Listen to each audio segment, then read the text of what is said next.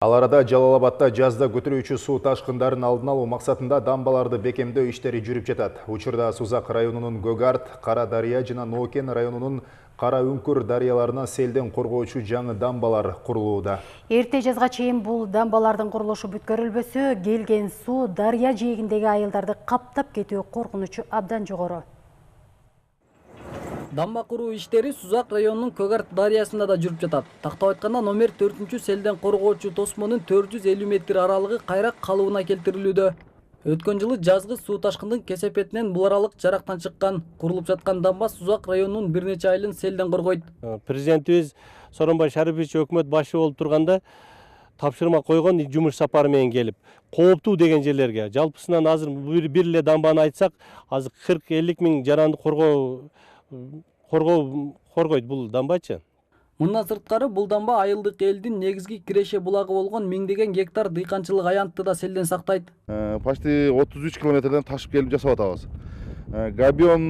Основной габион вариант менен болуп атат. Сууктун ызгарына карабай, эртеңки суунун кире турган паводкага биз даяр болушубуз керек деп, мына март айынан паводка башталат.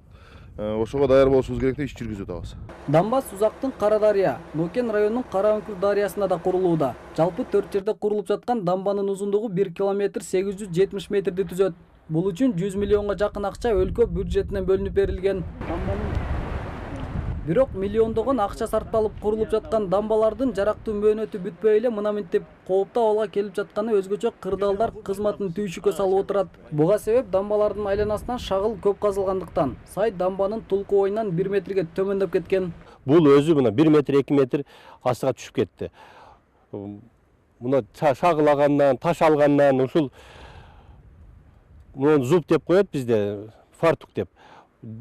Суудун деңгээли ушундан бийик туруш керек. Мурда ошо бийик болгон. Бул алган сайын бул жерден шагылдарды алып, шагылын бошотуп койгондо бул суу катуу келгенде баары шагылды ар жака алып кетет.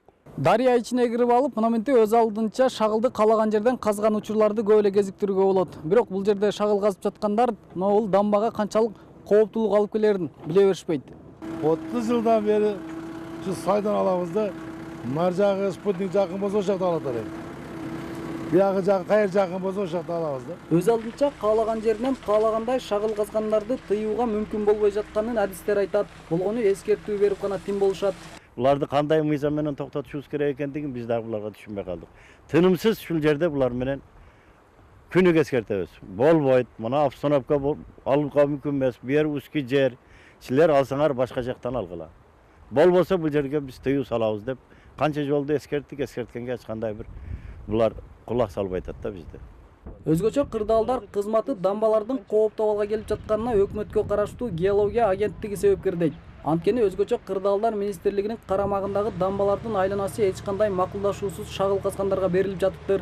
Абалды жөнгө салуу мезгили бышып жетилип, өкмөттү суроолуу тиктеп турат. Антпесе жаңы курулган дамбалар кайра эле кооптуу абалга келип калышы толук ыктымал. Осман Оламсадыров, Алмаз Сатаров, Коомдук 1 канал, Жалал-Абад облусу.